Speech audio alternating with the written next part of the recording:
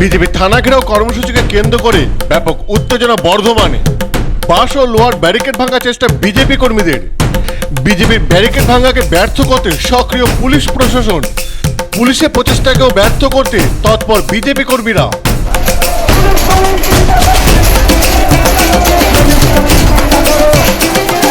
আরজি করে ঘটনাকে কেন্দ্র করে বিজেপির রাজ্য সভাপতি সুকান্ত মজুমদারের ঘোষণা মতো গোটা রাজ্যের পাশাপাশি পূর্ব বর্ধমান জেলার বর্ধমান সদর থানা ঘেরাও কর্মসূচি পালন করেন ভারতীয় জনতা পার্টি।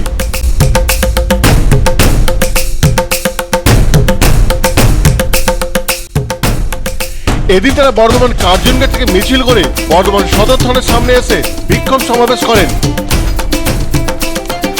ভারতীয় জনতা পার্টির থানা ঘেরাও কর্মসূচিকে কেন্দ্র করে আগে থেকে সদর থানায় মোতায়েন করা হয় ব্যাপক পুলিশ বাহিনী, নামানো হয় র্যাবও। থানা ঘেরাও কর্মসূচিতে যাতে বিজেপি কর্মীরা থানায় ঢুকতে না পারে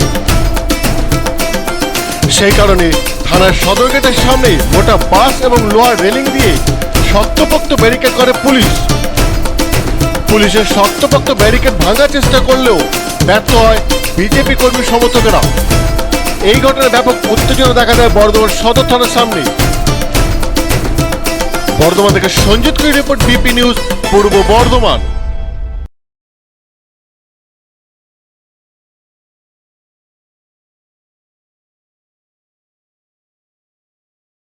দিনে আরজি করে যে ঘটনা, তারপরে বর্ধমানে যে নাঁদুরে একটি আদিবাসী ছাত্রীকে খুন করা হলো, এইভাবে যে পরপর খুন চলছে, তো রাজ্যে আইন শৃঙ্খলার অবনতি হয়েছে। প্রশাসন পুরোপুরি ব্যর্থ যে এই দুর্নীতিগ্রস্ত সরকারের মুখ্যমন্ত্রীকে এক মুহূর্ত ওখানে থাকার অধিকার নাই, মুখ্যমন্ত্রীকে পদত্যাগ করতে হবে।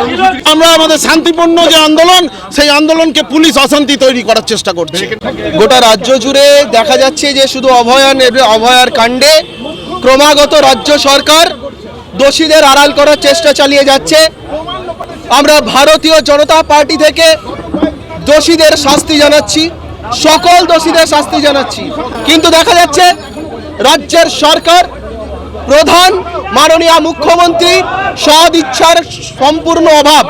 তাই এখন সারা বাংলা তথা ভারতীয় জনতা পার্টির একটাই দাবি, একটাই আওয়াজ, মমতা বন্দ্যোপাধ্যায়ের পদত্যাগ।